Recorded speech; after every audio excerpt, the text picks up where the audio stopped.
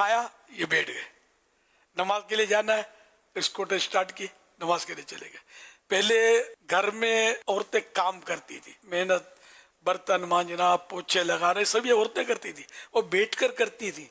अब वो यूं करते हैं, डंडे में कुछ गुच्छा होता है, उससे पोछे लगाते हैं, अगर लगाते भी हैं तो, और इससे बराबर सफाई नहीं होती जैसे उससे होती थी हाथ से। चलो ये भी समझे अपने।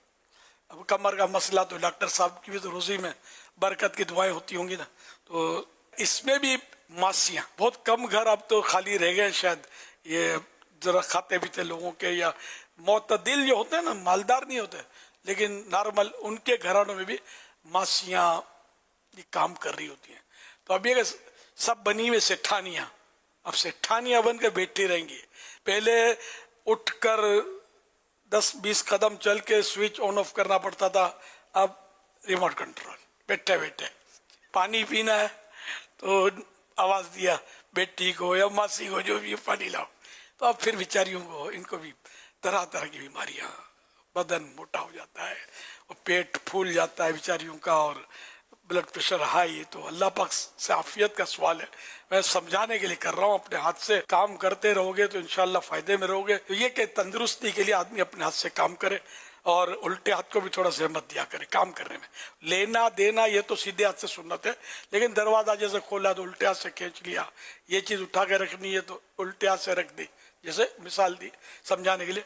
तो उल्टी तरफ की जो रगे हैं, नसें जो भी हैं शरीयान है, वो भी थोड़ा यूं मूवमेंट मिलती रहेगी इनको, क्योंकि दिल का ताल्लुक इधर ज्यादा है ना। तो इस तरह ये भी एक्टिव, तो कुछ ना कुछ काम हो, फिर मुमकिन हो तो लाइट एक्सरसाइज। मगर एक्सरसाइज बेहतर यही है कि मशवरे से की जाए। फिजियोथेरेपिस्ट होते हैं या जो भी माहिरीन होते हैं ना, इनके मशवरे से अपनी एज के हिसाब से कोई ना कोई हल्की फुल्की वर्जिश अगर करे ना बंदा, तो फिर बड़े फायदे होते हैं इसके। पैदल चलना ना छोड़े, स्कूटर नहीं, पैदल।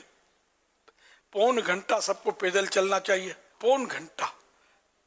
अगर आप कंटिन्यू अला तूल चलते रहे, गोल गोल बंदा घूमता रहे, तो इस तरह चलते रहेंगे। कुछ अपने ऊपर 1200 दुरूद शरीफ या कुछ ऐसे दुरूद शरीफ बांध लें, कुछ कितने पढ़ूं जब तक मैं चलूं, या 313 जो भी। तो ये दुरूद शरीफ पढ़ते रहें, चलते रहें, आपकी सेहत मदीना मदीना हो जाएगी।